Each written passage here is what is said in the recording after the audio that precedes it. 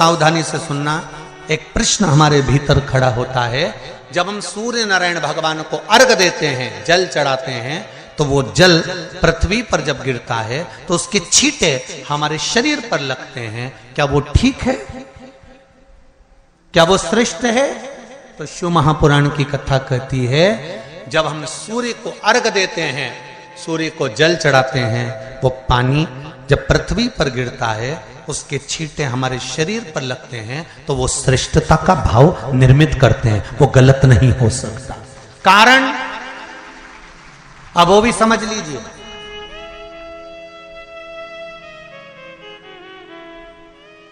अब सूर्य नारायण भगवान को आप जल चढ़ा रहे हो तो छींटे नहीं लगे, उसके लिए क्या स्टूल पे चढ़ के चढ़ाओगे कि कुर्सी पे चढ़ के चढ़ाओगे? अरे बोलो तो सही।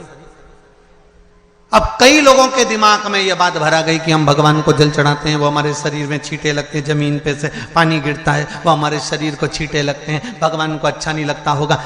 कौन ने कहा? पहले तो उसको पकड़ के ला।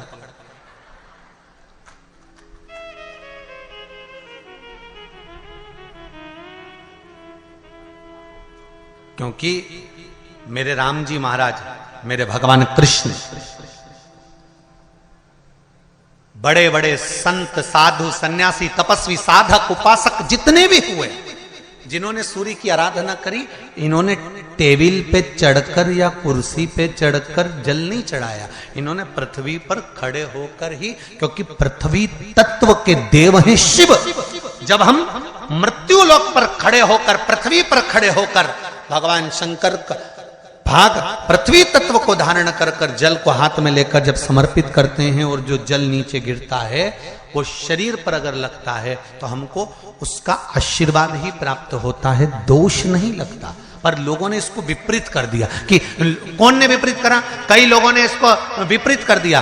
कौन ने विपरीत करा? तो जो दूसरे धर्म के लोग होते हैं, जिनको हिंदू धर्म से नफरत होती है और जो हिंदू धर्म की पूजन, सेवा, अर्चना को समाप्त करना चाहते हैं, वो धीरे धीरे धीरे धीरे कहने लगे कि सूर्य को जल चढ़ाओगे तो शरीर में लगेगा, शरीर में लगेगा तो दोष लगेगा। इसको कह कहकर घर घर में सूर्य को जल चढ़ाना लोगों ने बंद कर दिया कि आप जल चढ़ाएंगे तो दोष लगेगा, शरीर पे छींटा लगेगा, शरीर को ऐसा लगेगा। ये दोष नहीं है। कितनी सुंदर बात है महाराज। सूर्य नारायण भगवान को जब जल चढ़ाया जाता है, हाथ सिर से 8 इंच की दूरी पर होना चाहिए। जम के बोलिए, सिर से कितना ऊंचा होना चाहिए? 8 इंच ऊपर अपना हाथ होना चाहिए मस्तक से सूर्य को जल चढ़ाते समय। और ना चांदी का, ना स्टील का, ना लोहे का, ना प्लास्टिक का, ना कांच का, ना सोने का कोई बर्तन, ना कांसे का, ना एल्युमिनियम का, ना पीतल का, केवल एक पात्र होना चाहिए, वो है तांबे का। काय का पात्र होना चाहिए? तांबे का पात्र।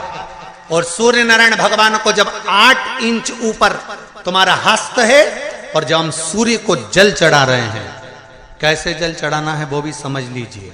अगर कोई कैंसर का मरीज है, जिसके चेस्ट में कैंसर आ गया हो, लेफ्ट में, राइट में कहीं पर कैंसर आ गया हो, या कोई गठान आ गई हो, तो महाराज आप जल चढ़ाते समय उस जल की धार को सूर्य भगवान को जब चढ़ा रहे हो, तो धार आपकी गठान की ओर जाना चाहिए, जिससे सूर्य की किरण उस जल में से आपके उस स्थान पर पड़े, उस जगह पर पड़े जहां पर गठान है। महाराज आप लगातार जल तो चढ़ाना चालू करो, अच्छे अच्छे डॉक्टर फेल हो जाएंगे और कह देंगे गठान ठीक हो गई।